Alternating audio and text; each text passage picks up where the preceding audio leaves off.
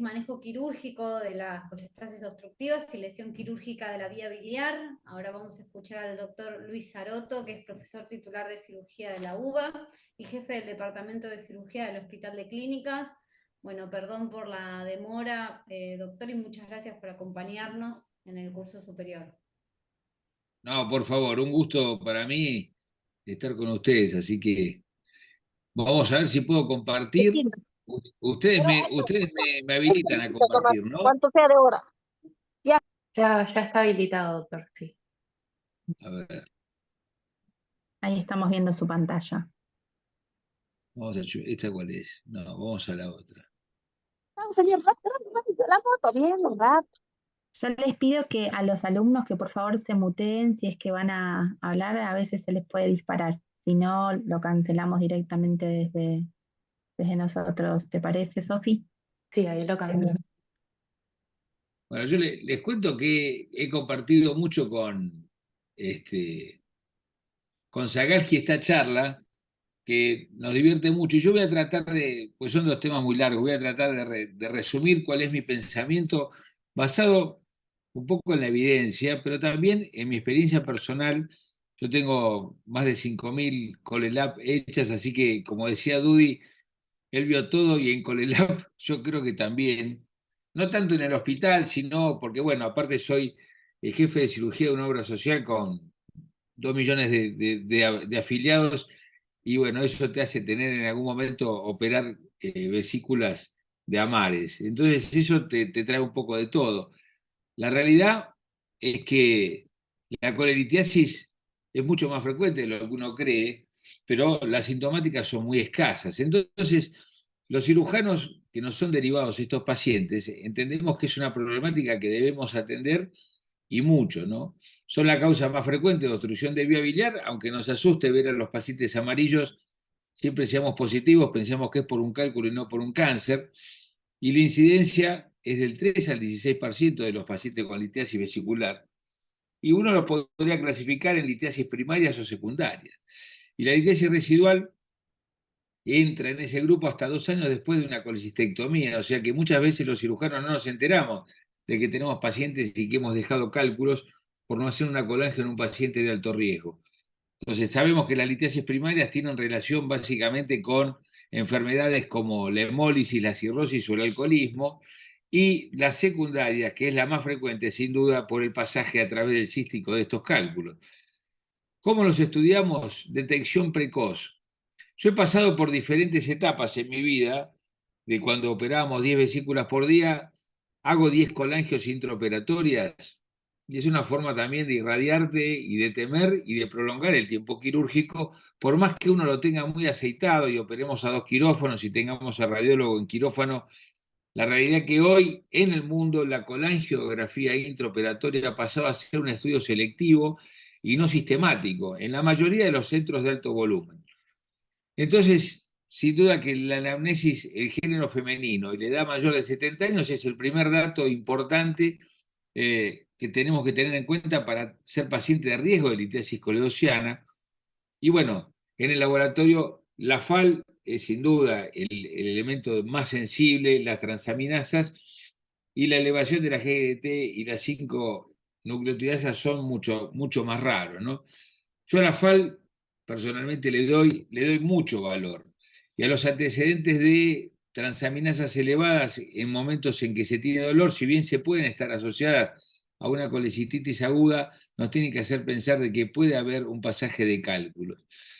Entonces, la ecografía, yo les tengo que ser honestos, a veces le tengo más confianza a la cara del paciente que a la ecografía, porque he visto ecografías de paredes finas, de vesículas que te dicen, no va a ser muy fácil operarla, y cuando entro al paciente son colecititis crónicas, son milici tipo 2A, 2B, con fístulas biliares. O sea que la ecografía es un estudio operador dependiente que el cirujano debe tomar con mucho recelo y con mucha cautela.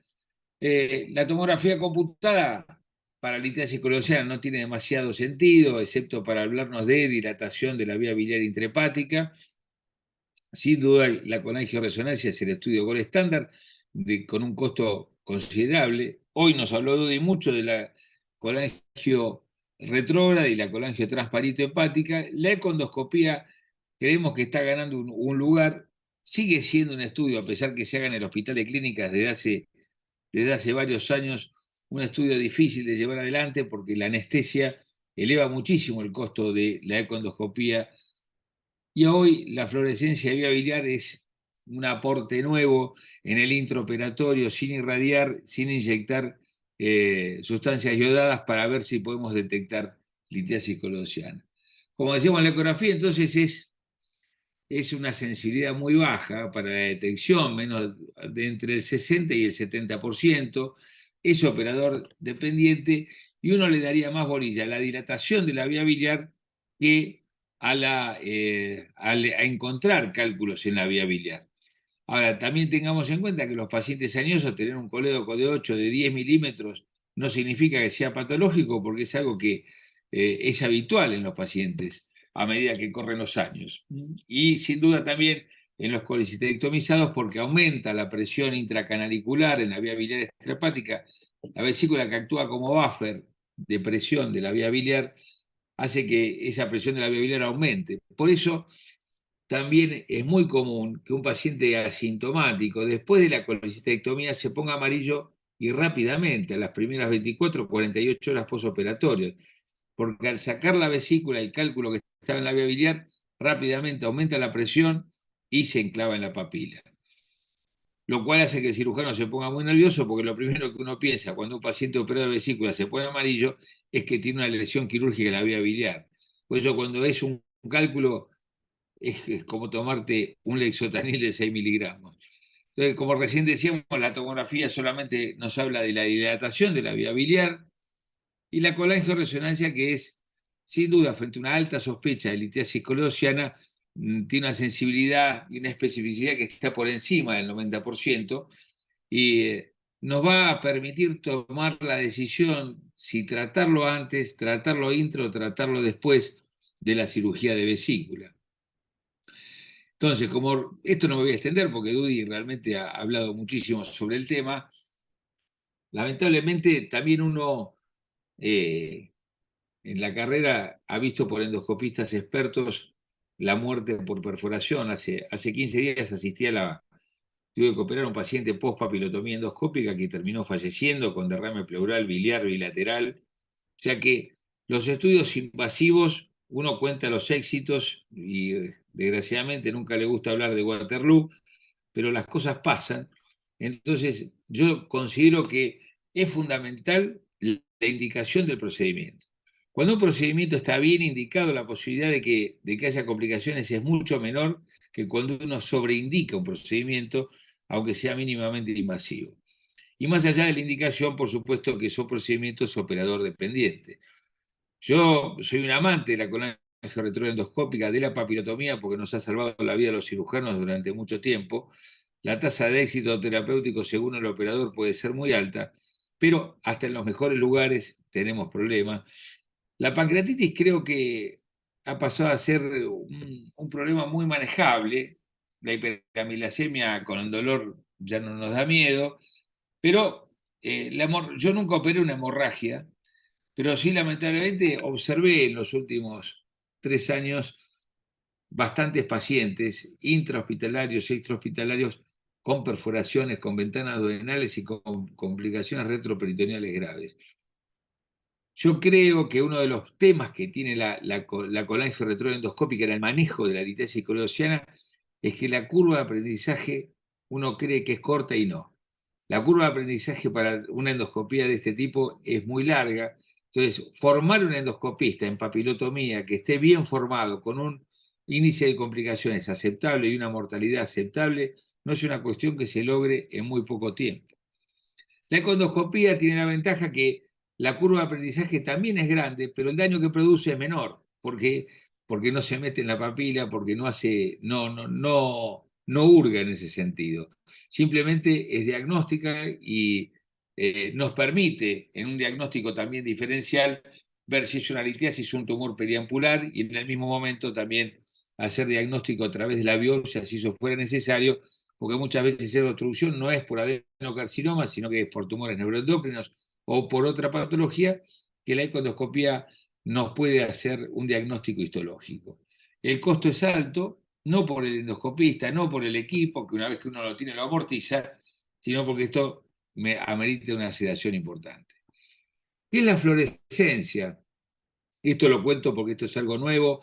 En el Hospital de Clínicas la estamos desarrollando hace 10 años.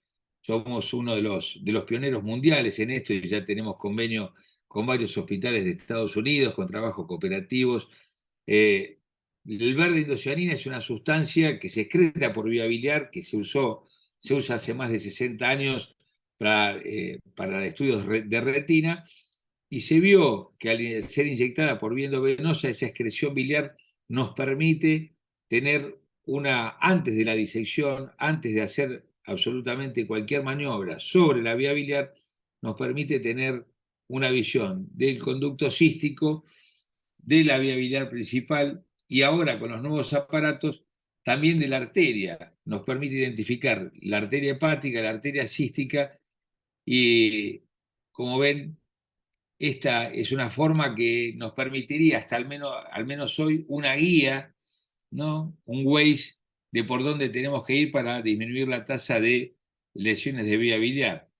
¿Cuál es el impacto que tiene hoy en litiasis coloidociana? Les tendría que decir que es bajo, porque no es usado en forma sistemática para este fin. Los equipos han modificado muchísimo. Hoy nos permite tener una superposición de luz blanca con fluorescencia. Y como ven, ha mejorado tanto que uno puede ver la litiasis en el cístico. Estamos estudiando la posibilidad de ver cuál es la profundidad de esta luz, que muchas veces en la colecititis es menor, pero bueno, uno diría que es una gran guía que va a evitar seguramente, y más en los hospitales universitarios donde se está formando gente joven, la lesión de vía biliar, pero todavía falta un poco para definir que sirva para el diagnóstico intraoperatorio de la litiasis coledociana. Por eso les decía que lo que nos sirve es para identificar el cístico. Fíjense que antes de empezar la disección tiene una tasa de comprensión de qué es lo que estamos haciendo por encima del 90%, y evitan el derrame biliar por conductos accesorios, porque uno puede identificar los conductos, los colectores secundarios. Finalmente, entonces, uno diría que nos quedamos hoy con la colangioresonancia en pacientes que tienen alta sospecha. Es un estudio de alto costo, baja disponibilidad en muchos centros, y que hay pacientes que se tienen que dormir para hacer una colangioresonancia. Yo soy uno de ellos, no soportaría nunca hacérmela. Pero bueno, es un estudio que sin duda tiene un rédito muy bueno. La econdoscopía es un estudio que a mí me fascina. Será que en el Hospital de Clínicas realmente nos ha aportado muchísimo al no tener resonador, y realmente hemos aprendido mucho de la econdoscopía. Y la colangio-retroendoscópica, que bueno, también nosotros en el Clínicas tenemos una historia ya desde González del Solar, Huejara, y todos los endoscopistas que han pasado por nuestro servicio, que han dejado una escuela muy buena en ese sentido. Es invasivo, tiene complicaciones, y les repito, para nosotros los cirujanos que hablamos mucho de curva de aprendizaje, la curva de aprendizaje de una buena papilotomía es bastante larga. Entonces diríamos que la litiasis coledociana, decimos, vía biliar dilatada por ecografía, sospechemos. Evidencia de colangitis, bueno, ahí nos está gritando que lo tiene. La bilirrubina cuando está elevada también, y eso nos marca un riesgo elevado, intermedio o un riesgo alto. Eso hace que el cirujano diga, tiene alta probabilidad de tener litiasis o baja probabilidad. Y básicamente uno diría, si es bajo, con colecistectomía laparoscópica sin necesidad hoy, aceptado al menos por la mayoría de los grupos, de hacer colangiografía intraoperatoria. Si el riesgo es intermedio, hacer colangio, lo cual nos puede dar una vía biliar expedita o una litiasis coledociana. El cirujano experto puede tratarla en la misma cirugía por vía laparoscópica, y el que no lo es puede decidir colocar un clip y llamar a un endoscopista para que lo haga diferido, o haga lo que se llama el rendezvous intraoperatorio, una papilotomía, que es una forma bastante rara de hacerlo. ese rendezvous. En la mayoría de los centros es muy baja la tasa de endoscopía intraoperatoria porque tenés que disponer del endoscopio, del endoscopista especialista que pueda asistir a ese momento al cirujano para limpiar la vía biliar por vía endoscópica. Y bueno, el último grupo que es, sin duda, perdón, lo que hay que hacer una colangiografía retroendoscópica previa o directamente indicar una cirugía. Eso es una discusión que hoy se mantiene, porque cuando uno escucha los resultados de la exploración de la vía biliar de un cirujano, y bueno, uno cuenta todos los éxitos, ¿no? Y impresionaría de que uno puede limpiar todas las vías biliares, y la realidad es que no es así. La tasa de fracaso laparoscópico, transístico de tratar la litiasis coledociana es altísima. ¿Por qué? Porque la anatomía del cístico y la desembocadura en el colédoco es muy variable, entonces desemboca abajo, en caño de escopeta, está cruzado, entonces la posibilidad de acceder a la vía biliar a través del cístico no es sencilla la mayoría de las veces. Abrir el colédoco, hoy yo lo ponía cuando hablaba Dudi, es una opción realmente muy buena cuando el cirujano que opera está entrenado en abrir la vía biliar, porque puede hacer una macana muy grande, y la más grande es la estenosis, la fuga biliar, y esa fístula genera estenosis a largo plazo, las lesiones de las arterias coledocianas de hora 3 y 9. Entonces, hay cirugías que no son para todo el mundo, ni para el que opera vesícula, tiene que ser un especialista en vía biliar, y esa exploración de vía biliar debe reunir ciertas condiciones, como por ejemplo que el colédoco mida más de 10 milímetros. Nunca hay que abrir un colédoco fino. Eso es determinante a la estenosis de la vía biliar. Entonces, bueno, ahí empezamos a definir qué hacemos. Colangio, como recién decía, selectiva o sistematizada. La realidad es que uno tiene que hacer hoy, lo aceptado es hacer colangio en aquellos pacientes con alto riesgo y no en todos los pacientes porque la tasa de rédito es baja. Por eso directamente preferimos hacer la colecistectomía laparoscópica con visión crítica de seguridad y sin colangio intraoperatoria. ¿Qué hacemos frente al diagnóstico pre, intra o posoperatorio de litiasis coledociana? Esto es material de discusión. Como recién decía, en el preoperatorio decidimos la colangio-retroendoscópica y después la colecistectomía o la exploración de la vía biliar laparoscópica. Esto es una cosa peligrosa. Entonces a veces uno piensa y dice, bueno, ¿qué es lo académico para decir? ¿Qué es lo que dice un cirujano con gran expertise? ¿O qué es lo que uno le indicaría a su hermana? La realidad es que si yo sé que un paciente tiene preoperatorio de litiasis coledociana, yo hoy le pido una colangio retrógrada preoperatoria y lo opero a las 24 horas. Por un centro de alto volumen, con una tasa de complicaciones muy baja, sin duda creo que es el tratamiento ideal. ¿Por qué? Porque si uno fracasa en la exploración de la vía biliar, y más aún si la vía biliar no está ampliamente dilatada, nos podemos encontrar con una papila intradiverticular, con un fracaso de la endoscopía posoperatoria. Ya no sé, es raro dejar guías de alambre o cuerdas de piano transpapilares para que el endoscopista pueda hacerla con más facilidad en el posoperatorio. ¿Por qué? Porque la posibilidad de filtración a través del cístico es muy alta y eso genera colecciones periepáticas, puede provocar una peritonitis. Entonces, lo ideal es ir al quirófano con un paciente con la vía biliar resuelta. Ahora, si uno se encuentra intraoperatoriamente en una colangio, en un paciente de riesgo, pero sin diagnóstico de certeza, con litiasis coledociana, hoy lo lógico es que se trate de rescatar el cálculo y la exploración de la vía biliar a través del cístico, como con canastillas de Dormia, si el colédoco está dilatado, con coledocotomía. La colangio retrógrada endoscópica con papilotomía intraoperatoria, como les decía, no es algo muy frecuente, pero es una de las posibilidades que uno puede manejar. En el posoperatorio no cabe ninguna duda que la colangio retrógrada endoscópica es el tratamiento gold estándar de los pacientes con litiasis residual. El drenaje percutáneo, en el caso que uno no tenga endoscopio, que no tenga endoscopista, y tenga un buen percutanista, es la posibilidad que uno tiene de evitar la colangitis grave en el postoperatorio inmediato, y la reoperación laparoscópica en estos casos está casi contraindicada, ¿no? Hay que tratar siempre de ir de menor a mayor y de ser lo menos invasivo posible para resolverlo. Entonces uno diría, resumiendo, que depende del paciente, de qué riesgo tiene, si está colangítico o no. Si está colangítico hay que resolverlo. Si no tengo endoscopía, tengo que entrar por arriba. La edad y si son pacientes inmunocomprometidos. Los medios. Tengo endoscopista, tengo endoscopio. Y entender que estos son pacientes de manejo multidisciplinario siempre. O sea, lo mejor que le puede pasar al paciente es que haya un buen radiólogo, un buen endoscopista y un cirujano entrenado, que se lleven bien entre ellos y que no se decida por qué timbre toca cuando llega al hospital, sino que se decida el tratamiento en base a cuál es la mejor opción de tratamiento.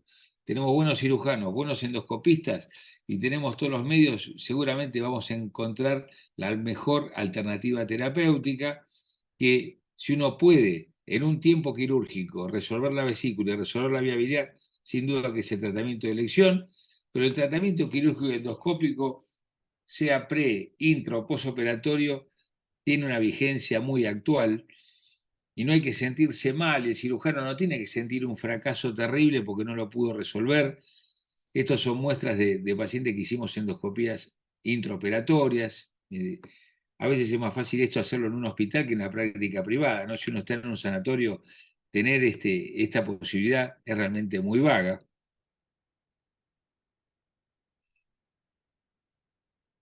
Y bueno, y en el intraoperatorio, como les decía, uno puede definir si lo va a hacer por vía laparoscópica o abierta. Hoy, la vía abierta, hoy mostraba unas fotos, Dudi, de un paciente con una incisión subcostal enorme, con puntos separados. Es casi cruel sentir que tiene que operar uno por vía abierta. Son muy pocos los pacientes que hoy se convierten. Una tasa, al menos en una serie personal, es menor al 0,5%. No abrimos casi a nadie. Y la vía transística, la coledocotomía, va a depender de las condiciones locales del paciente. ¿Por dónde lo voy a abordar? La transística a través de canastillas, el conducto cístico tiene que estar, lo puedo dilatar con balón, pero más que la dilatación o la fineza del conducto cístico, lo que va a determinar si lo puedo tratar o no por vía transística es el tipo de desembocadura que tiene, el tipo de anatomía. Y para hacer una coledocotomía, colédoco dilatado, experiencia en cierre primario y tener la posibilidad de tener stent plásticos. ¿Por qué? Para un cierre primario hoy está recomendado siempre tener un stent transpapilar que se coloca en la cirugía laparoscópica para bajar la presión de la vía biliar y de esa forma evitar fugas biliares del cierre coledociano y las estenosis que esa fuga generalmente conlleva.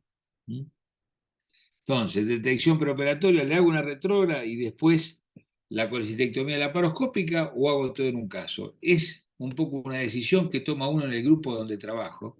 Y en el intraoperatorio, sin duda, hay que tratar de resolverlo todo por vía quirúrgica. Lo que hay que tratar de evitar son los tres tiempos quirúrgicos. Uno aceptaría hacer una papilotomía endoscópica más colelap o una colelap más, pero ya tener que reoperar a un paciente después de una endoscopía y de una colelap es realmente, ahí sí uno se empezaría a sentir que eligió el camino incorrecto. Exploración laparoscópica del colédoco, rápidamente, para que entiendan qué es lo que hacemos los cirujanos. Exploración transística o coledocotomía. Te quiero mostrar que a veces es bastante difícil elegir cuál es el camino. La técnica del lavado en un momento agarró mucho furor con la disección de glucagón intraoperatorio, el lavado de la vía biliar, porque provoca una gran dilatación de la papila, pero también ha traído algún inconveniente. La inyección de glucagón no es tan inerte como uno pensaba, porque cuando esto nació en litiasis muy fina, la verdad que yo me entusiasmé, pero después me lo tomé con un poquito más de calma. Y la recuperación transística, básicamente, el mecanismo en el dibujo es fantástico, un cístico que desemboca casi paralelo al colédoco. Cuando uno hace una buena disección, la entrada es muy sencilla, y bueno, y pasar a duodeno y venirte con la canastilla para recuperar los cálculos. Ahora, la verdad, cuando uno está operando, las visiones no son tan claras como uno se lo imagina, como es el esquema, como es el dibujo. Generalmente cuando uno abre un cístico y tiene alta presión de salida, ya se da cuenta que hay algún tipo de obstrucción. La recuperación uno la puede hacer por fluoroscopía, como vamos a ver ahora. La colangia intraoperatoria nos marca el cálculo dónde está y hacia dónde tenemos que dirigirnos, lo cual es una visión casi indirecta, ¿no? Porque uno está interpretando la fluoroscopía, que no es lo mismo que verlo en forma directa con un coledocoscopio. Bueno, el recupero con canastilla de la vía transística, como yo les decía recién, hay autores que relatan una tasa de éxito del 95%. Personalmente no lo voy a mentir, esa tasa de éxito no la logré en mi vida. Yo les diría que la tasa de éxito de recuperación transística y de limpieza transística del colédoco hoy rondaría el 50%. Por eso, en un comienzo esto fue un furor, la vía transística, pero después cuando vimos que nos quedaban muchos cálculos, empezamos a tomar una dimensión real de que no podíamos curar a todos los pacientes de esta forma. Siempre, estos son clips hemolog que son mucho más seguros cuando uno sospecha que puede haber un aumento de la presión, y siempre estos pacientes deben ser controlados con fluoroscopía post-tratamiento. Coledocoscopía, bueno, sin duda, cuando uno lo dispone, nosotros tenemos coledocoscopio en el hospital, lamentablemente ahora son descartables, entonces nos dura mucho menos. Tienen un canal de trabajo para extraer con canastilla, pero lo que nos permite a nosotros el coledocoscopio en el intraoperatorio es tener la certeza que vamos a cerrar un colédoco sin dejar un cálculo enclavado abajo en la papila. ¿Por qué? Porque ese aumento de la presión nos va a hacer explotar el cierre primario, nos va a hacer fracasar esa cirugía y lamentablemente va a tener complicaciones peritoneales y biliares a largo plazo. ¿Mm? La vía biliar fina y la colangitis son dos situaciones en las que es preferible no abrir la vía biliar y tenerla resuelta previamente. Entonces, ¿cuándo lo abrimos? Cuando el transístico no anda, cuando los cálculos son de gran tamaño y entendemos que no la van a poder sacar ni por retrógrada ni a través del cístico, cuando la litiasis coledociana es múltiple y es intrahepática, porque el transístico siempre se nos va a ir para abajo, es muy difícil entrar a través del cístico e ir hacia proximal, y los pacientes que están colecistectomizados con litiasis coledociana, en los que no se puede realizar CPRE porque tienen una cirugía de obesidad mórbida o porque tienen alteraciones en la papila que no pueden ser canulados con facilidad. La coledocotomía laparoscópica es exitosa porque uno tiene mejor acceso a proximal y hacia distal. La morbilidad, fíjense que no es despreciable, del 4 al 16%, y básicamente radica la morbilidad en la bilirragia. Y la bilirragia lo que trae a largo plazo es estenosis de la vía biliar. Estenosis, como decía Dudy, se puede hacer un tratamiento de costamania, se puede dilatar con balón, se pueden colocar stents, pero estos son pacientes que se operan de patología benigna. Hoy justamente tuve 2 consultas por lesiones quirúrgicas de la vía biliar que me vinieron derivadas del interior, y a los pacientes les cuesta asumir, cuando uno lo opera de una patología benigna, que tiene un problema tan grave como es una lesión de vía biliar. La técnica de abordaje, bueno, es una incisión. Como ven, este es un colédoco bien dilatado, que mide más de 1 centímetro. Es el paciente ideal para hacer la coledocotomía. Como ustedes no son cirujanos, yo les voy a ir diciendo lo que me parece que más les va a interesar. Siempre se hace una colangio previa para saber dónde estamos. Fíjense con la presión que sale la bilis a través del colédoco.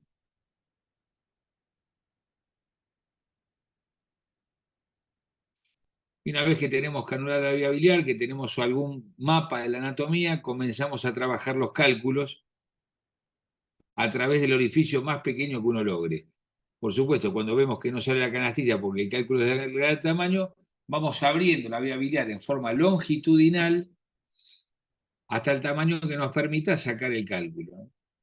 Fíjese que este tamaño de cálculo con una papilotomía endoscópica hubiese sido muy difícil sacarlo, por eso una vez toma esta decisión porque se da cuenta que dejarle este cálculo al endoscopista es sinónimo de Spyglass, que sabemos que es caro y no siempre está disponible, es sinónimo de colocar un stent para tratar de que se haga esa litotricia por contacto durante mucho tiempo, pero bueno, cuando uno puede solucionar el problema en un solo tiempo, evidentemente para el paciente es una gran ventaja.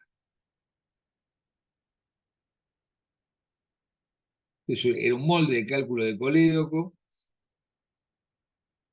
Y bueno, y previamente al cierre, por más que uno haya visto en la colangio de eso,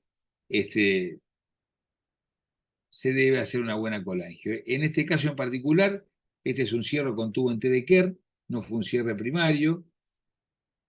Es una forma de descarga cuando uno no tiene stents para colocar hacia distal o tiene sospechas de que el paciente va a tener litiasis coledociana residual, es mejor la colocación de tubo en T de Kerr que el cierre primario.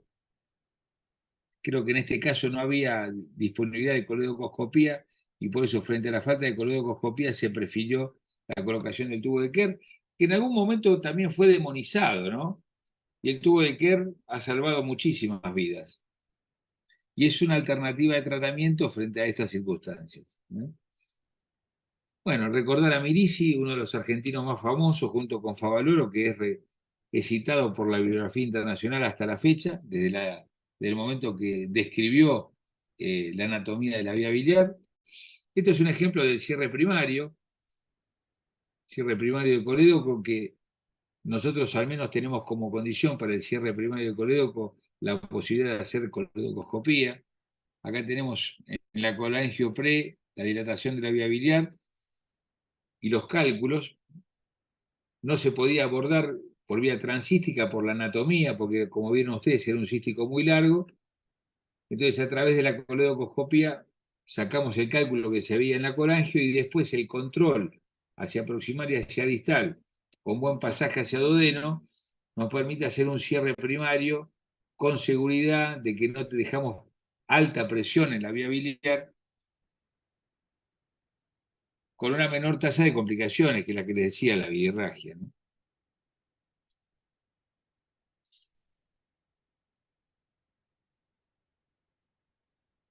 Cierre primario versus Kerr. Bueno, cuando uno repasa la literatura, sin duda el cierre primario es mejor que el tubo de Kerr, porque el tubo de Kerr hay que tenerlo, una vez que lo colocás, no lo podemos sacar antes de las 3 semanas. ¿Qué tiene la ventaja del tubo de Kerr? Que si queda un cálculo a través de la fístula del tubo de Kerr lo podemos tratar, si no tenemos acceso a través de la papila. Pero bueno, el consenso hoy es vía transística, si no se puede, con colédoco dilatado, la apertura del colédoco y cierre primario, y eventualmente, si eso no se puede, el tubo en T de Kerr. Las anastomosis biliodigestivas en la litiasis coledociana están reservadas para casos muy, muy específicos, especialmente para pacientes con síndrome de Mirici. Ustedes saben, la fístula colecisto coledociana, colecisto hepática, y los pacientes que tienen una litiasis compleja que representan solamente el 2%. Esa litiasis compleja puede ser por una panlitiasis coledociana o por cálculos que no pueden ser extraídos por ninguna de las vías y que no son pasibles de ser tratados por espailas porque no lo tienen o porque no responden, lo mismo que la litotricia. Debe utilizarse cuando no son aplicables los métodos endoscópicos o laparoscópicos y la exploración abierta supone una tasa de morbilidad no despreciable, ¿no? Del 8 al 15%, con una morbilidad entre el 1 y el 2. La esfinteroplastia transduodenal, una cirugía prácticamente abandonada, pero bueno, tener en cuenta que esporádicamente a veces hay que hacerla, es una cirugía traumática que se hace generalmente por vía abierta y no laparoscópica. Esa esfinteroplastia transduodenal cuando no puede ser resuelta por vía endoscópica. Y este es el trauma que uno trata de evitar hoy con la laparoscopía, la colédoco-duodeno, que sigue indicándose en forma sistemática para pacientes con palitiasis coledociana mayores de 80 años y con un colédoco mayor de 20 milímetros. La hepático yeyuno es la cirugía de elección que nosotros tenemos porque evita el síndrome de sumidero, tiene muy buen drenaje biliar, tiene más complicaciones porque es una cirugía más compleja que la colédoco-duodeno y tiene como contra la dificultad del abordaje de la vía biliar. Hoy por hoy estamos haciendo hepático yeyuno anastomosis por vía laparoscópica, lo cual no disminuye la complejidad de la cirugía, pero sí mejora las condiciones perioperatorias del paciente. Hoy, si hay algo que se sabe es que la agresión hacia la pared abdominal genera un inmunocompromiso, entonces la cirugía mini invasiva ha permitido que el perioperatorio de cirugías de este tenor, como es un hepático de una anastomosis, sea mucho más agradable, más llevadera la cirugía, ¿no? Imagínense que siempre estamos hablando de patología benigna con tratamientos que son realmente muy agresivos, ¿no? Como es esta cirugía. Esto es llevar un asa de intestino hacia la vía biliar por vía laparoscópica y hacer básicamente lo que uno haría por vía abierta, una anastomosis entre el intestino y la vía biliar. Siempre hay que tratar en estos casos de tener coledocoscopía para evitar tener litiasis intrahepática. Pero básicamente esta es una cirugía que nosotros recomendamos en aquellos pacientes con síndrome de Mirici y con fístulas Mirici tipo 2B, con una fístula colecistohepáticas, en vez de convertir la posibilidad de sacar los cálculos y hacer anastomosis, al paciente le da un posoperatorio mucho más agradable.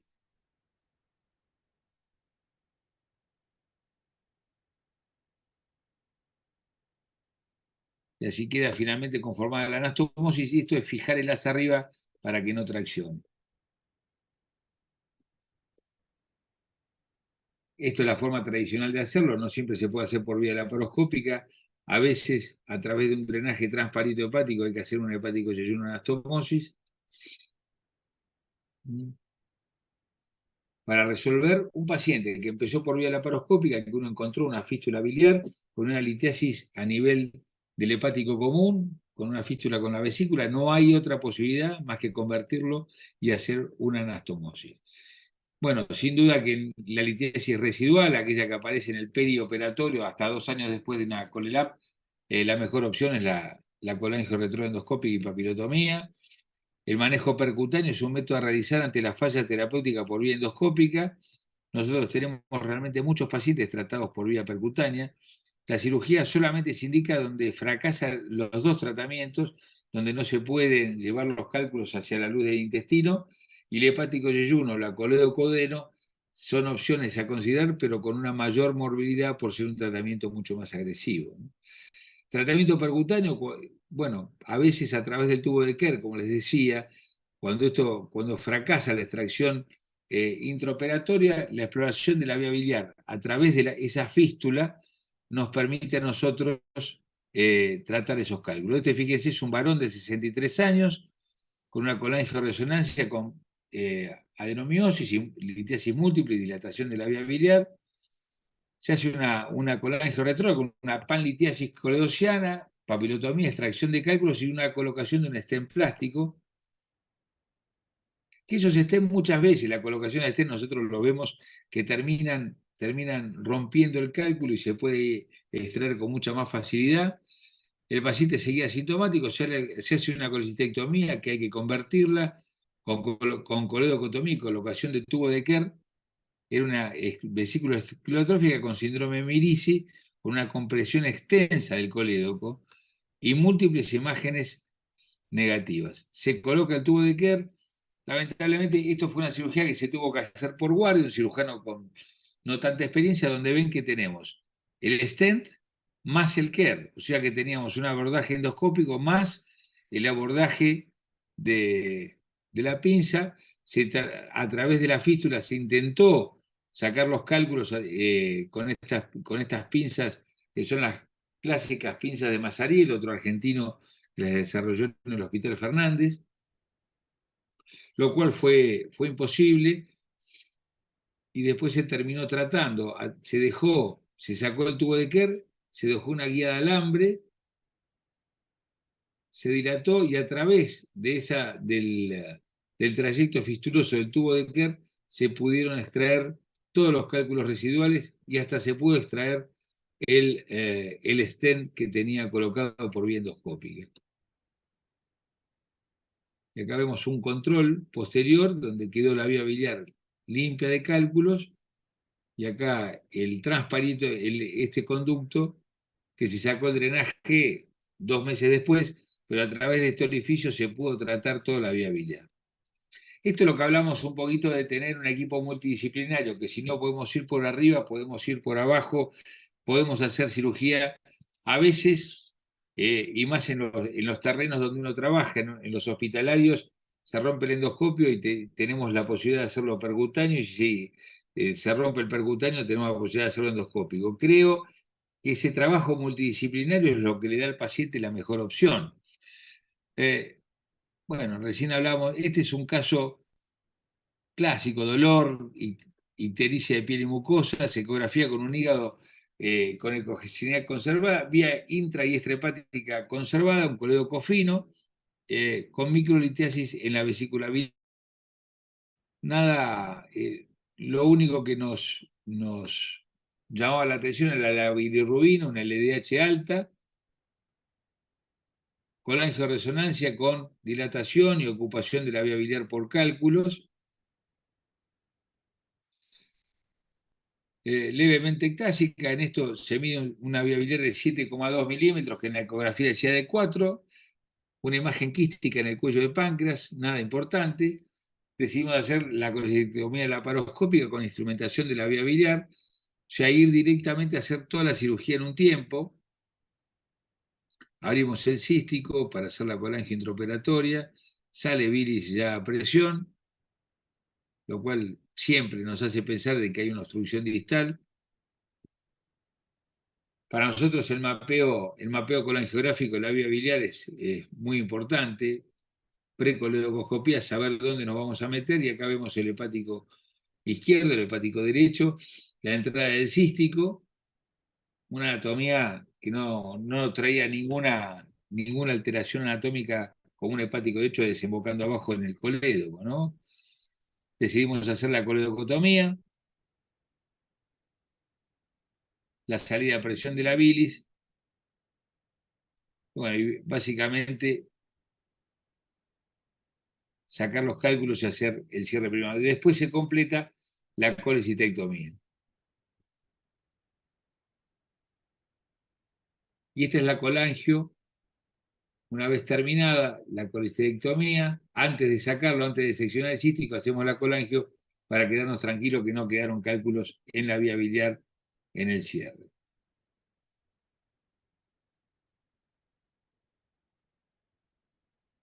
Uno diría entonces que es muy importante el estudio adecuado del paciente previo al tratamiento por colelitiasis como por coledocolitiasis, que la colangio sistemática debe ser realizada en pacientes con un riesgo intermedio o alto de presentar litiasis coledociana. Hoy ya no se hace en forma sistemática en todos. El tratamiento de esta patología debe ser en centros con los medios adecuados y con el personal capacitado, tanto cirujanos como endoscopistas, y yo le sumaría radiólogos intervencionistas. Y el abordaje ideal debe ser aquel en el que uno se encuentra más familiarizado y capacitado. El tratamiento por vía laparoscópica hoy en día es factible, y equiparando y mejorando los resultados de la morbimortalidad en comparación con la cirugía abierta. En esto recalco que la curva de aprendizaje del manejo de la vía biliar laparoscópica y la curva de aprendizaje de los procedimientos percutáneos o endoscópicos es realmente muy larga. Por eso creo que debe hacerse en centros de equipo multidisciplinario que formen permanentemente a grupos más jóvenes para tratar de expandir el conocimiento, ¿no? Las opciones de tratamiento son muchas, y lo más importante es elegir la más adecuada.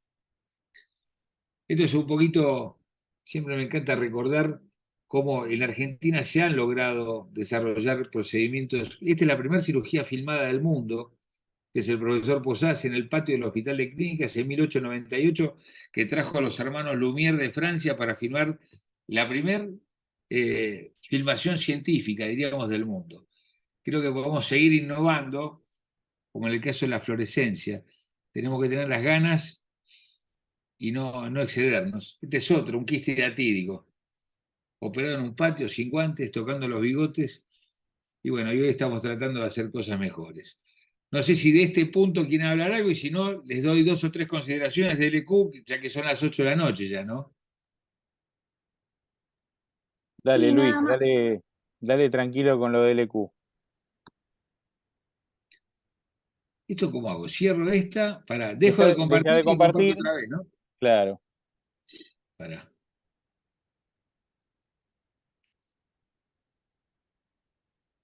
Digo, para los más jóvenes, todo, a ver, las pinzas con nombres argentinos, la primera filmación, todo eso son datos muy, muy motivadores para la juventud, porque muchas veces eso no lo conocen. Y, y fueron nuestros maestros, ¿no? Por ahí de Marcela, que es un poco más grande que nosotros, pero no dejaron de ser maestros argentinos. ¿Por qué no puedo? ¿Por qué Qué estoy valen compartiendo esos. esta pantalla? Pará, ¿qué me pasa acá? Ahí se ve, ¿eh? No, Ahí pero se ¿qué ve. veo? Yo veo muchas gracias en mi tele, No, No, no, se no, ve deja. lesión quirúrgica, se veía. pero yo no la veía. ¿Por qué será? A Debe ver, tener la fíjate. otra presentación abierta, la que tenía anteriormente. Esa ya Cierra la la puedes cerrar. presentación. Pará. Vos, Fer, Partimos de decís esta. lo de las pinzas por Mirisi, ¿no? Por No, no, pinza. no solo por Mirisi, pero a ver, la Pará, historia ahí quirúrgica la cierro. argentina es muy grande. No, en realidad Mirisi lo que describe es la colangiografía intraoperatoria Claro, y la descripción de la anatomía biliar intrahepática. Las pinzas de Mazarielo son esas pinzas Mazarielo, sí. curvas que las desarrolló en el Hospital Fernández, que fue un avance terrible para el tratamiento transfistular, ¿no? De la extracción de los cálculos transfistulares. Mazarielo, bueno, Ese. falleció hace poco, ¿no? Sí, Un sí, sí, monstruo. no, no, no hace mucho, no, no. Ahí se ve. Sí, perfecto. Perfecto. Bueno, ahora les voy a contar rápidamente, vamos a tratar de hacer un 15 minutos, que a esta hora están todos muertos. El gran cuco de la colecistectomía, porque ustedes mandan a operar muchos pacientes y los pacientes, hoy tuve 2 consultas, se creen que operarse la vesícula es ir a arreglar una carie, y eso no es así. Fíjense que hoy las, eh, las lesiones de vía biliar siguen siendo entre el 0,3 y el 1,5% según donde te operes. Y los factores de riesgo, hay factores de riesgo del paciente, por supuesto, si operas una colecistitis, las variaciones anatómicas, ya he demostrado que ser mujer y ser obesa es un factor de riesgo de lesión quirúrgica. Los dependientes del cirujano, que es la experiencia y el entrenamiento. Sin duda, la unidad de corte es 50, pero no es lo mismo tener 500 que 100. Entonces, la tutorización en la curva de aprendizaje para mí es importantísima para evitar este problema, ¿no? Y la institución, el equipamiento adecuado. En la paroscopía uno opera a través de una pantalla. Si la pantalla, la fuente de luz y el equipo que uno no usa no es de última generación, seguramente te operás peor que en otro lado. Ahora, llamativamente, el mecanismo de lesión no siempre es que vos no ves, que es lo que pasa cuando sangra, sino que es una mala interpretación. Hay tantas lesiones de vía biliar, en vesículas fáciles como en vesículas difíciles. Y esto salió publicado varias veces, la última en el American College of Surgeons del año pasado, donde ¿por qué un cirujano con más de 200 vesículas hace una LQ? Y es una interpretación, un procedimiento holístico que no se entiende bien y es parte del terreno de los neurocientíficos de por qué lo hacen. La anatomía biliar es muy variable. Fíjese lo que llamamos normal. Hoy vieron que decir normal es una cosa que usamos cada vez menos. Digamos, lo más frecuente, 72%. Después tenemos conductos hepáticos colectores que desembocan en el colédoco, arriba, abajo. Y bueno, el secreto, la experiencia lo que te da es que ir cerca, operar cerca de la vesícula, no irte lejos, porque ahí es donde hace la macana. Fíjense, todas las variantes, por esto les decía antes que el trabajar transístico, por ejemplo, si yo tengo este cístico para sacar un cálculo distal, es muy fácil. Ya tengo este cístico que pega la vuelta y entra al otro lado, ni hablar y la posibilidad de hacer un tratamiento transístico colosiano es muy difícil. Ahora, el gran lío es cuando sangra. Cuando sangra y el cirujano se pone nervioso, se desespera y empieza a meter clips a granel. Entonces, la gran división de las lesiones quirúrgicas es, ¿me di cuenta o no me di cuenta? Me di cuenta solamente una cuarta parte de los pacientes. La mayoría no se dan cuenta que la rompen. Ahora, ¿qué hay que hacer? Cuando un cirujano rompe una vía biliar, hay que parar, debería pensar, debería llamar a otra persona, aunque sea un gran cirujano biliar. Porque el estado de estrés, de conmoción que genera romper una vía biliar es enorme. Entonces, es muy importante pedir ayuda, y lamentablemente es lo que no hace el cirujano. ¿Por qué? Porque los cirujanos nos pensamos que somos los grandes bananas, somos los dueños de la pelota y nos sentimos que yo la arreglo. Pero vos la arreglás con 120 de frecuencia cardíaca, te subió la presión y te diste cuenta que a la paciente le metiste un problema que no tenía. ¿Qué es este? Cortar la vía biliar o quemarla. ¿Cómo nos vemos? Así. Entonces, cuando uno no tiene esa autoestima para reparar una vía biliar, lo mejor es llamar a otro. ¿Qué es lo que falta? Poder recostarse en un colega. ¿Cómo nos ven los pacientes? Y como monstruos. Es terrible ver un paciente con lesión de vía biliar, cómo habla de su equipo quirúrgico. Yo tengo no porque sea corporativista, pero yo trato de entender que a veces uno está operando a las 10 de la noche, a las 11, por guardia, una colecistitis, y la posibilidad de cometer el error existe, y trato de no enterrar al colega, al menos esa es mi forma de actuar en la vida, ¿no? No defender delincuentes, pero entender que la vesícula es una cirugía que conlleva una complejidad que la gente la tiene como algo común, porque se operó la vecina, pero trae problemas. ¿Cómo hacemos en el intra? Bueno, con la angiografía, ¿cuándo convertir? No hay que convertir nunca, hay que colocar drenajes y salir y esperar que la vea un cirujano HPV y la colocación de drenajes. Tratar de drenar toda la vía, todo lo que se ve que pierde e irte a casa. Entonces, en el intraoperatorio, si en el quirófano al lado hay un cirujano HPV y la puede arreglar, bienvenido sea, y si no hay que diferirlo por lo menos 6 semanas. Fíjense, no es que se opera al mes o a los 2 meses. Y esto es lo que pasa en las inadvertidas, la bilirragia perioperatoria. Entonces, ¿cómo se maneja la inadvertida? Y tiene dos formas de presentación, o con estenosis o con fuga biliar. Si hay fuga biliar, hay un cuadro séptico, hay que drenar las colecciones, disminuir la bilirragia y secar al paciente. El secreto es secar al paciente, que no haya bilis en la cavidad abdominal. Hay que hacer una colangio retroendoscópica para ver la anatomía y para hacer una papilotomía, sin duda. Cuando es una fuga lateral o es una fuga por el cístico, con eso va a ser suficiente para curarlo. Pero el secreto del LQ es estabilizar al paciente, que no se muera séptico. No importa arreglar la LQ, olvídense, hay que drenar la vía biliar, hay que drenar el peritoneo y tratar de que toda la bilis que produce el organismo se vaya afuera. Hoy vino una paciente con 1,2 litros en la bolsa, no importa. El problema es que no lo tenga dentro. Entonces, ¿cómo evaluamos a un paciente con lesión quirúrgica? Cirujano, gastroenterólogo y radiología intervencionista. ¿Por qué? En la tomografía vamos a ver las colecciones, que tenemos que rápidamente drenarle. En la colangio-resonancia evaluamos la altura de la lesión. Acá vemos, por ejemplo, una altura, esta es la que siempre queremos, en la mitad del hepático, la que más fácil puedo arreglar, ¿no? Lamentablemente no es la más común. Generalmente cuando se rompe en la vía biliar, la rompen a nivel del Carrefour y se retrae la vía biliar, se mete adentro del hígado y generalmente, como van a ver, está asociado a lesiones vasculares. La colangio retrógrada, de gran ayuda con la papilotomía, las fugas policísticas las curan todos y las fugas laterales del colédoco por lesiones chicas laterales también las repara y la colocación de un stent nos da, como en este caso, la posibilidad de esperarlo y ver si hay una estenosis posterior, tratarlo con el método, como hoy decía, de Costamagna o con la ocasión de un stent que pueda ser extraído, ¿no?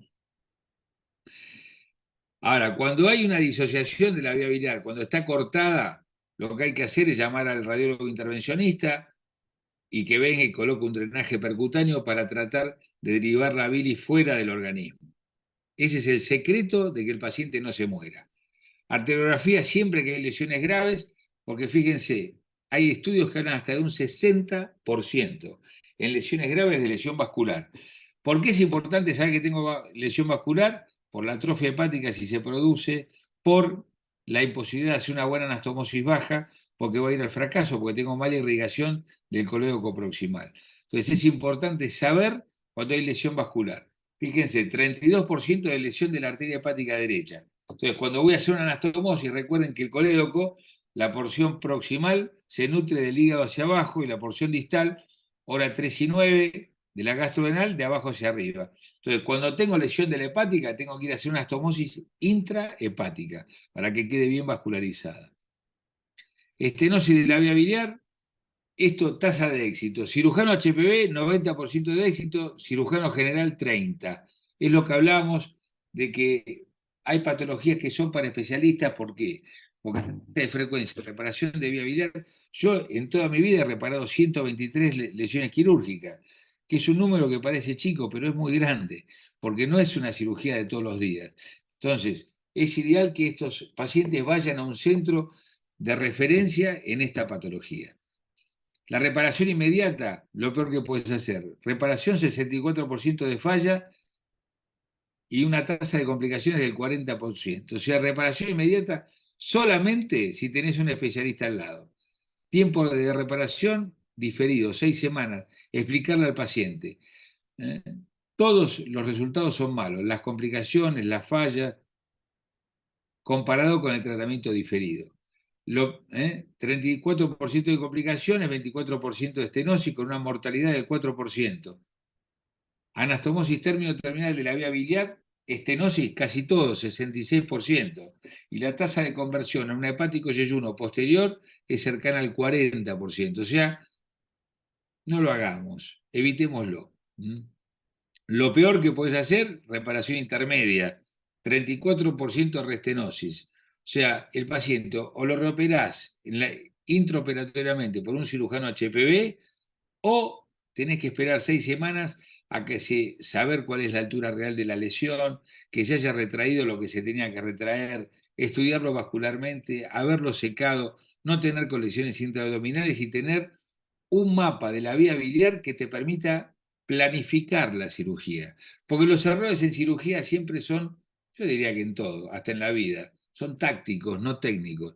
Habrá uno que dé un puntito mejor que el otro, pero la gente se muere por errores tácticos, por hacer los estudios que no tenías que hacer o por indicar la cirugía que no deberías hacer. Entonces, ¿cuándo hay que repararlo? Cirugía diferida. 90% de resultados positivos para todos los autores. Inclusive en nuestra serie, Hospital de Clínica, estos 123 pacientes, donde la tasa de éxito ha sido cercana al 90%.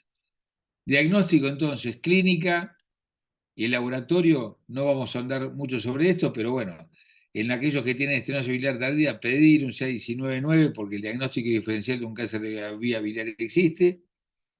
Las imágenes recién lo que hablábamos, yo creo que la ecografía y la tomografía para el diagnóstico de colecciones intraabdominales, la colangioresonancia para ver el nivel de la obstrucción y la colangioretroendoscópica también nos va a ayudar. El tratamiento percutáneo, esto es lo que nos da el mapa. Cuando por abajo está cortada la vía biliar, el mapa siempre es por arriba.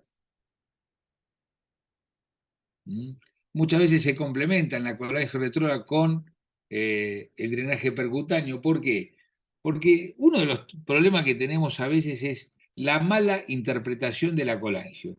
Vos haces una colangio intraoperatoria y te pensás que ves todo el mapa biliar y estás viendo la mitad. Como es en este caso. Esto es un colector derecho, el hepático izquierdo, y acá no hay vía biliar derecha, porque está seccionada la vía biliar derecha. Pero muchas veces se interpretó en forma errónea y uno cree que ve todo el árbol. Hay que contar los 8 segmentos, tanto en la colangio intraoperatoria como en la colangio por endoscopía. El tratamiento se basa en el tipo de lesión, qué le hicieron antes, el estado del paciente y el tiempo de evolución. En esto no voy a andar mucho. Como les contaba, la papilotomía endoscópica resuelve las lesiones tipo 1, las más fáciles. Y siempre tratar de ir de menor a mayor, ¿no? El tratamiento endoscópico es muy bueno para estenosis. Muchas lesiones de vía biliar son pacientes ictéricos que vienen hasta el año después de la cirugía, porque hubo lesiones térmicas, porque lesionaron las arterias coledocianas y es una estenosis retráctil del colédoco que a veces tarda muchísimo en manifestarse clínicamente. Y estos son los pacientes que andan muy bien con dilatación con balón o con colocación de stent plástico, como hoy nos contaba Dudi. Hoy los stent recubiertos, que son extraíbles, también ocupan un lugar muy piola en el manejo de las estenosis benignas por diatermia postcirugía, ¿no?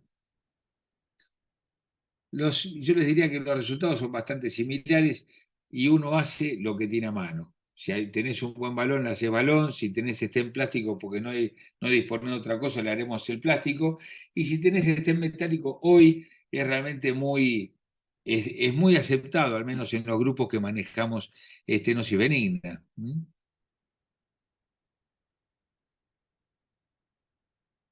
Bueno, esto es uno de los pacientes que tenemos con stent recubiertos. Y los percutáneos para lesiones altas, nosotros, bueno, todos tenemos la regla: lesiones bajas, abordaje endoscópico; lesiones altas, abordaje percutáneo. Pero, y aparte de darnos el mapa, de drenar la vía biliar, de dirigir la bilis hacia afuera y evitar las colecciones intraabdominales, tener un stent nos sirve también como guía y como tutor de la anastomosis que vamos a hacer después, que siempre son anastomosis difíciles, siempre. Es muy raro que una lesión de vía biliar nos permita una cirugía sencilla. ¿Por qué? Porque el que operó rompió, generó una colisión biliar subhepática. Esto es una dilatación con balón de una estenosis tardía.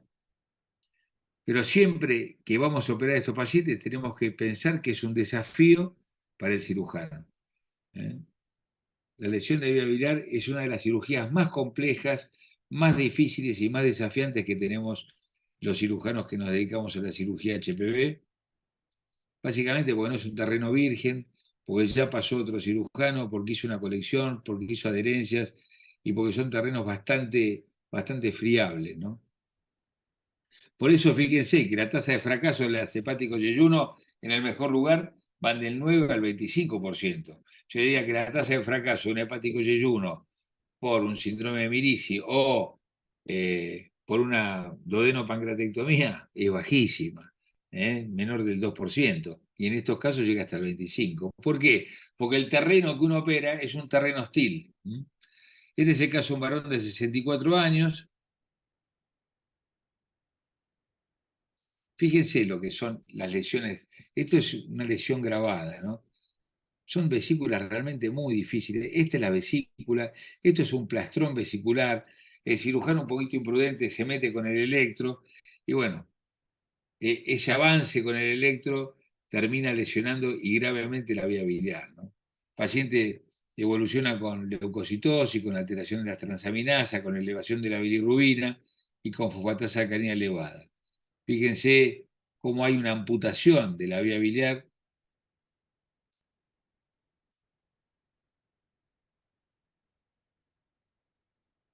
Este es el drenaje percutáneo, donde nos muestra todo el mapa dilatado, el hepático izquierdo, el paramediano, el hepático derecho. Endoscópicamente hay un stop, no se puede avanzar hacia arriba. Y esto es lo que le contaba: cuando vos tenés llegar hasta acá, esto parece sencillo, pero llegar hasta acá muchas veces es una odisea.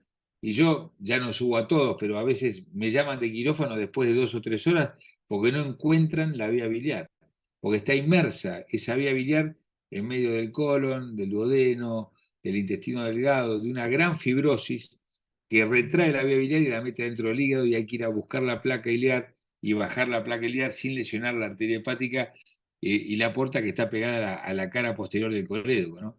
Entonces, esta guía, muchas veces haciendo colangio intraoperatorio, inyectando contraste a través del catéter percutáneo, nos sirve para encontrarlo con mayor facilidad. El secreto siempre es llegar a la vía biliar sala, que es cuando uno encuentra esta mucosa nacarada que permite una anastomosis más segura, ¿no? Lamentablemente, esta es una patología también que afecta a pacientes jóvenes, ¿no? Muy jóvenes. Fíjate, desde este caso, un paciente de 36 años que viene con ictericia, dolor abdominal y fiebre, y débito bilioso en el drenaje abdominal. Leucocitosis, bueno, un poco el laboratorio se repite, vía biliar intraestepática dilatada, hepatoesplenomegalia, la tomografía que siempre tenés que hacer, porque siempre encontrás colecciones para drenar. Y recuerden que antes de tratar a este paciente deben pasar por lo menos 6 semanas de haber secado la cavidad abdominal y tener un paciente sin blancos, sin fiebre, sin colangitis. El paciente tiene que tener un periodo prolongado, yo les diría de por lo menos un mes, de buena alimentación, con buena albúmina y sin episodios infecciosos.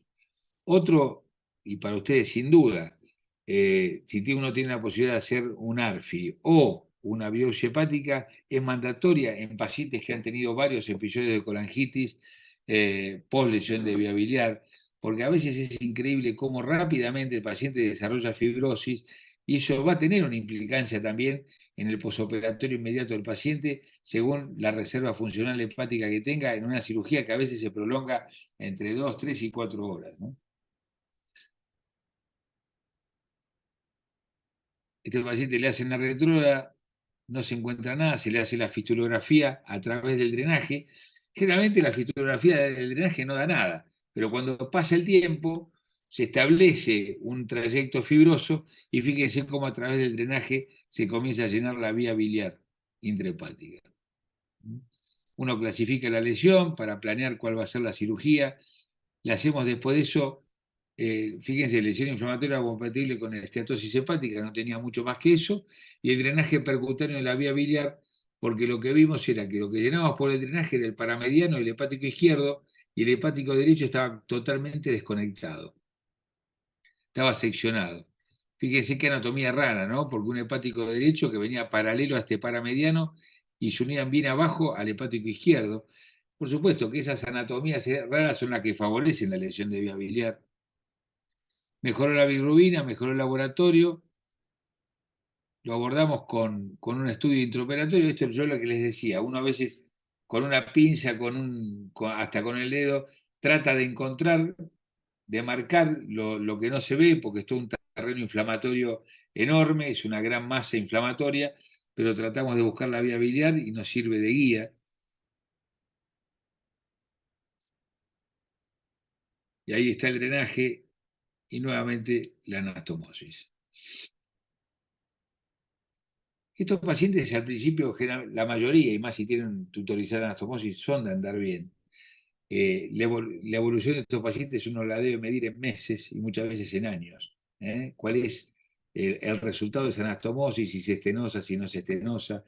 Por supuesto que la mayoría de las veces si hay estenosis y episodio de colangitis a repetición, hay que repetir los estudios metabólicos del hígado, hay que repetir todos los estudios de imágenes posibles y eventualmente si el paciente tiene episodios a repetición, muchas veces hay que entrar de vuelta percutáneamente, dilatar con balón la anastomosis y dejar muchas veces un stent transitoriamente en la anastomosis hasta que el paciente se estabilice y tratar de dilatar. Reoperar a estos pacientes, hay un 5% de pacientes que hay que reoperar en las mejores series, en las malas entre un 10 a un 20%, y generalmente los resultados son muy malos, ¿no? Cuando uno hizo una anastomosis tan arriba, tener que entrar a reoperar esa anastomosis, los resultados realmente son bastante malos.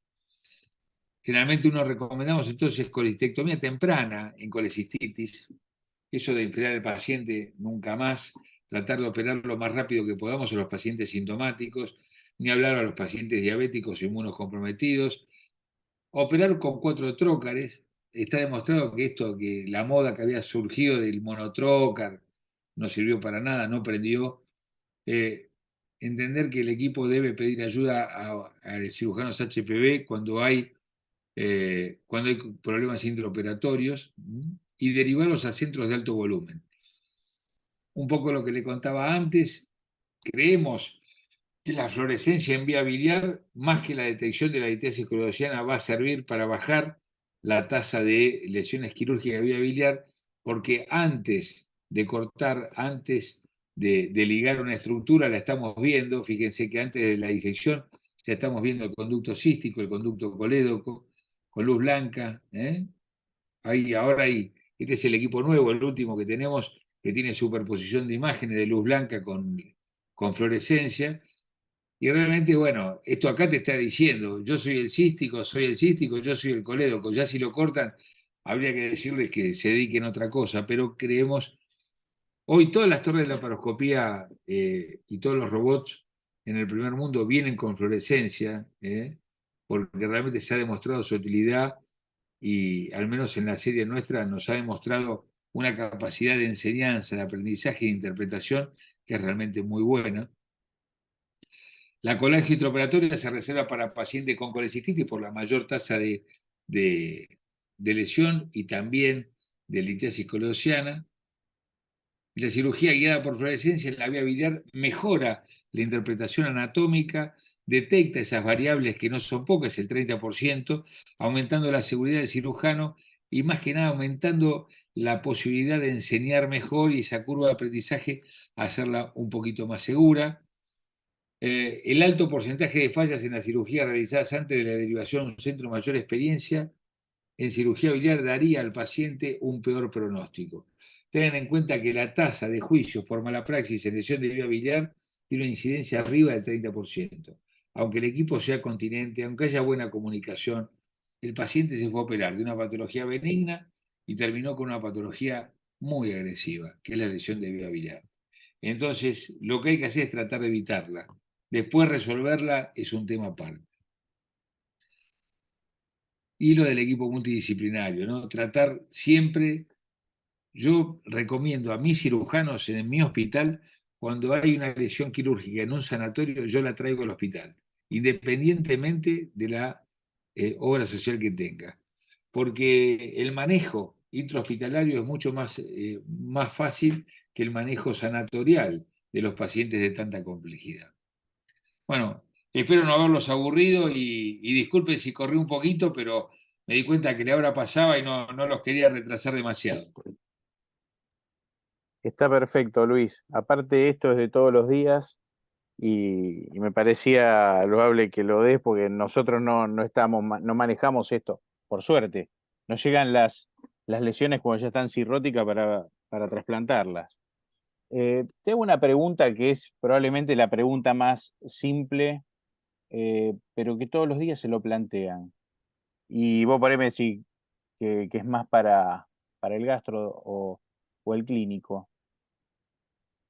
¿Por qué mandan a operar las litiasis halladas en una ecografía pedida por decisión del médico de cabecera? Dice, tengo distensión, se hace la eco, litiasis, pum, adentro, operarse. Esa es una cuestión que hoy uno la ve mucho. Y la verdad que no, por lo menos te lo digo yo, hace 20 años que hago hígado, no me queda claro si toda litiasis tiene indicación quirúrgica. Y te lo pregunto esto porque de los 400 alumnos que tenemos, hay muchos que se lo plantean todos los días. Son todas las litiasis encontradas como hallazgo, ¿no? Es diferente el tipo que viene con dolor, vomita y es un consumidor de buscapina, pero son todas esas litiasis indicación quirúrgica. No, a ver, ese es el punto. La Claro, laparoscopía ha empujado a muchos a operar todo claro, y por supuesto que no corresponde. La indicación, la laparoscopía no ha cambiado la indicación. La indicación es la litiasis vesicular sintomática. Ahora, debo reconocer con honestidad brutal, en los miles que llevo en el lomo, que a hay que veces los operar. pacientes con menos Sí, síntomas fueron las vesículas terriblemente sí, difíciles. sí, Y los pacientes que vienen con un dolor terrible, lo operás y es una uvita, pero claro. decís, tardá 10 minutos en operarla. Y el paciente que nada, dice, no, mirá, yo no sé, porque... y lo operás y decís, por Dios, ¿cómo vivía con esto? Viste, con una vélez espesa, mucosa, llena de cálculo, pared engrosada, intrahepática, hígado graso, todo un caos para operarlo. Entonces, creo que es un combo de hallazgos ecográficos por ecografistas de confianza de uno, por la clínica, por factores de riesgo como son la diabetes, la obesidad y la edad también. Diferente si uno ve un paciente de 20 años con una litiasis vesicular múltiple, así uno tiene un paciente de 75 años asintomático. Yo a la de 20 le diría, bueno, hacete una ecografía en 6 meses, no te pierdas, porque el peligro también para mí, ¿no? Yo siempre a los pacientes les hablo como si fuera mi familia. Tenés un paciente de 20 años con una litiasis vesicular múltiple, multípara, y después te hace la colecistitis en el embarazo, le agarra la colecistitis cuando está de vacaciones en un pueblito de 5.000 habitantes. O sea, hay muchas cosas que juegan en esto. La gente que a veces viene, que va a viajar al exterior. Ahora, si uno habla ¿Cuál es la indicación? Litiasis vesicular sintomática. Todo lo demás es artesanal. Y si uno opera un paciente sin indicación, es el paciente que más se complica. Por eso tenemos que ser muy cautos, ¿no? Clarísimo, clarísimo. Mira, hay dos preguntas, Marce, ¿querés leerlas? ¿O tres? Sí, hay dos. Dale. Dice, buenas tardes, Nicolás Lama dice, ¿en qué pacientes recomienda realizar colecistectomía ante el hallazgo de colelitiasis asintomática considerando el bajo riesgo de complicaciones al seguimiento? Bueno, tiene que ver un poco con esto que estás respondiendo, ¿no? Y exacto, sí, en un grupo de expertos, en pacientes muy jóvenes con factores de riesgo, uno recomendaría la cirugía, pero son casos muy acotados, ¿no? Después Carlos Sánchez pregunta, ¿existe experiencia de coledocoscopía transística intraoperatoria en coledocolitiasis? Sí, bueno, lo que pasa es que uno tiene que tener un cístico capaz de ser dilatado, porque el coledocoscopio de 3 milímetros a veces no te entra fácil. Y nosotros lo cuidamos como a Dios, porque vos sabés que se rompen fácil. El coledocoscopio es el descartable ni hablar, pero hasta el otro se rompe muy fácil. Son muy delicados los coledocoscopios quirúrgicos. Y quizás sea que el cirujano no está tan habituado a manejarlo. Entonces, lo usamos con mucha delicadeza y en casos que tenemos muy claro que no podemos dejar de usarlo. Después preguntan, buenas noches, respecto al uso de ácido urso desoxicólico en barro biliar, ¿qué experiencia? No, yo no lo uso, es muy caro y realmente lo tenés que tomar el resto de tu vida. No sé qué hacen ustedes, pero me parece que no lo usa nadie, ¿no? No, Ese- como tratamiento de litiasis no. Por ahí sí, y yo lo hablo, a ver, viste, siempre la experiencia de uno no es lo mejor para hablar, pero bueno, con tantos años, viste mucho. Por ahí en en los pacientes que son post-colecistectomía que te hacen algún episodio de litiasis residual, o a los años, viste, no litiasis residual, a los años de la colecistitis, de la colecistectomía, hacen barro, un cálculo chiquito, hacen dolor enzimas y baja todo rápido, viste. Y en esos el urso disminuye la tasa de recurrencia, pero es lo único, eh, no mucho más. no, me parece una buena indicación, pero claro, son casos muy acotados también, ¿no? Total, sí, total, total. O por ejemplo, no, ¿cómo se llama? Este síndrome de acumulación de litos post-colecistectomía que se llena toda la vía biliar adentro.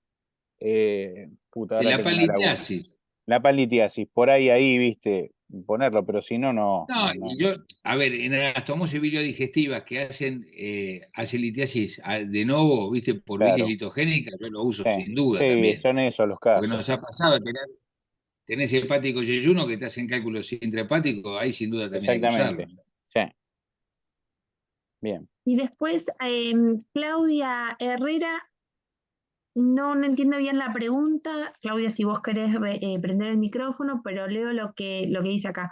Dice, buenas noches. En el caso de poliposis vesicular con pólipos menores de 10 milímetros, muchas gracias.